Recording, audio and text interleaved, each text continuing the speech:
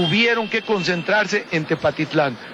Ay, maestro, está esto muy emocionante. ¿Qué le parece si nos vamos a un corte y nos sigue platicando después del corte más de esta historia, más de todo lo que tiene que ofrecernos Tepatitlán? Amigos, están en su programa Jalisco Turístico y continuamos desde Tepatitlán.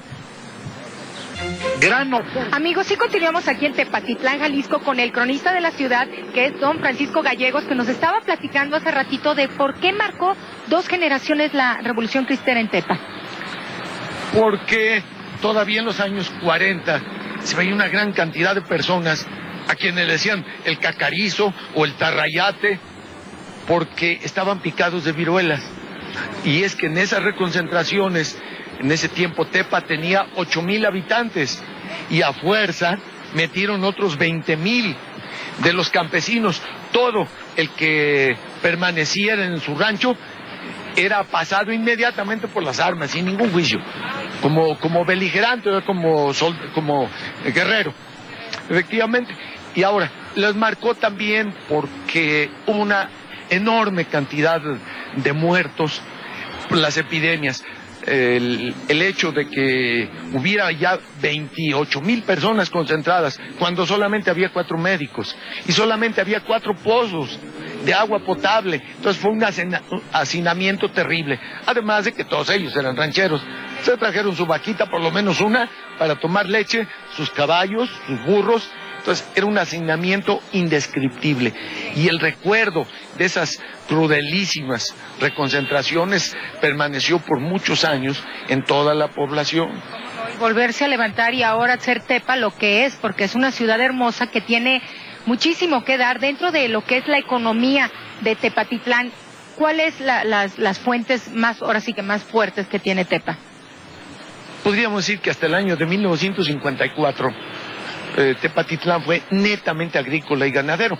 La vocación ganadera y agrícola le viene desde en tiempos de la colonia, porque los que vinieron aquí no es cierto que fueran presidiarios ni a que se le parezca, eran campesinos que se habilitaron como soldados para que los pasaran a América, pero una vez llegados aquí, en cuanto conquistaron territorio, fundieron su coraza, su escudo y su espada, y con él forjaron las rejas de su arado. Entonces eran campesinos y ganaderos. Pero a partir de 1954, con la venida del licenciado Gilberto Flores Muñoz como secretario de Agricultura, se volcó en apoyos hacia Tepatitlán, hacia la avicultura, y a partir de ese momento fue un despegue notabilísimo. Los avicultores poco a poco se fueron consolidando. Las granjas mayores de ese tiempo tenían 2,000 aves de postura. Ahora hay granjas que tienen millones. Y se fueron diversificando poco a poco. Los avicultores tuvieron la tingencia de diversificarse. Entonces ahora son porcicultores, avicultores, ganaderos, industriales, comerciantes. Y ese fue el detonante para el despegue de Tepatitlán. Y aparte el comercio, desde siempre han convergido aquí por lo menos 20 poblaciones que vienen a comerciar en Tepatitlán. No, es que es grandísimo, amigos, grandísimo y hermoso. Y dentro de todo esto, bueno, hay personajes ilustres que contribuyeron a hacer de Tepa lo que es Tepa, y aparte que contribuyeron, bueno, para lo que fue la Revolución Cristera. Sí, nada más que yo quisiera hacer una conceptualización de lo que es un personaje ilustre. A partir del concepto de matria que desarrolló Luis González y González en su libro Pueblo en Vilo, decimos que hay personajes importantísimos para una región o para una población y que no son conocidos en la próxima. Y antes había el concepto de que personaje ilustre, alguien que brilló a nivel nacional, y hechos importantes, que si aquí durmió el padre Hidalgo, que si aquí durmió don Benito Juárez. Nosotros tenemos personajes que fueron importantísimos para la vida de Tepatitlán, pero que son relativamente desconocidos en otras latitudes.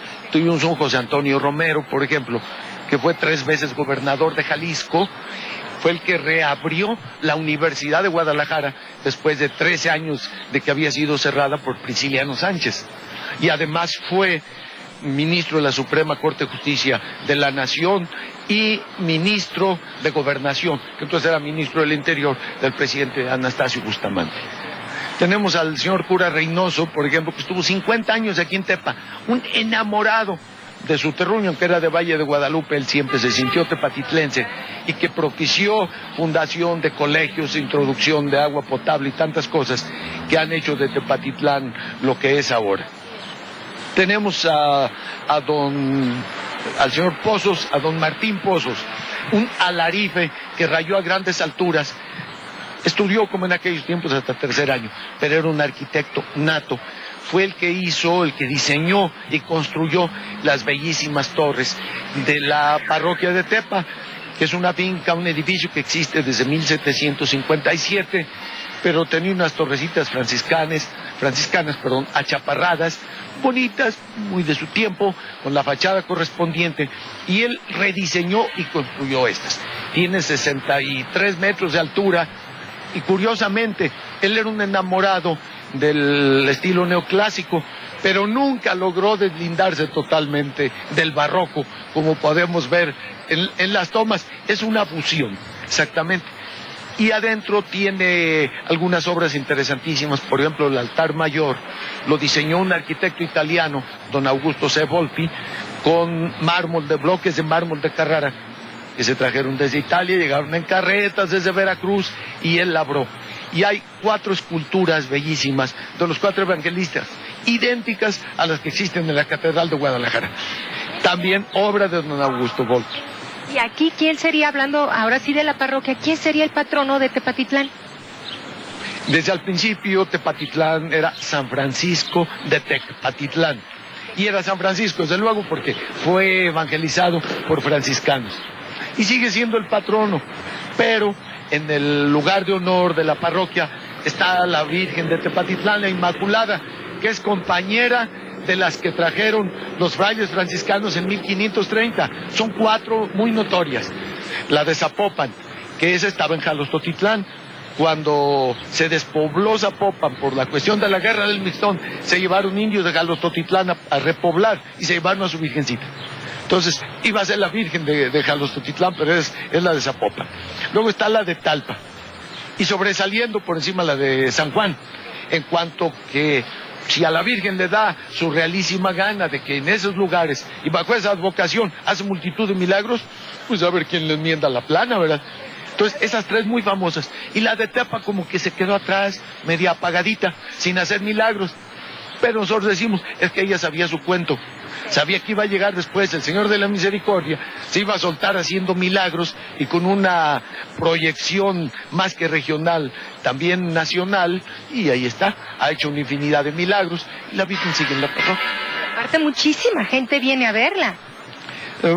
Mira, te diría que vienen más a ver al Señor de la Misericordia que a la Virgen, por una razón. En San Juan sí, se vuelcan peregrinaciones de todo el país, es impresionante.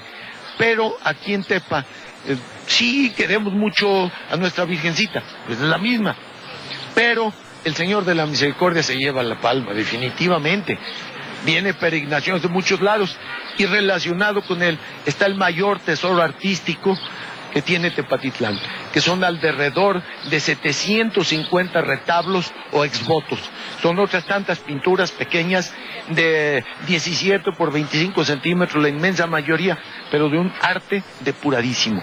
Son hermosísimas las transcripciones de los milagros que realizó el Señor de la Misericordia.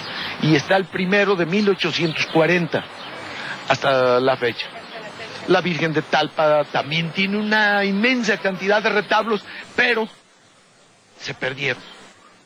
Entre Frida Kahlo, Diego Rivera y André Breton se perdieron, deben andar por ahí en colecciones y en el Museo Frida Kahlo. En San Juan de los Lagos se perdieron 200 años de retablos.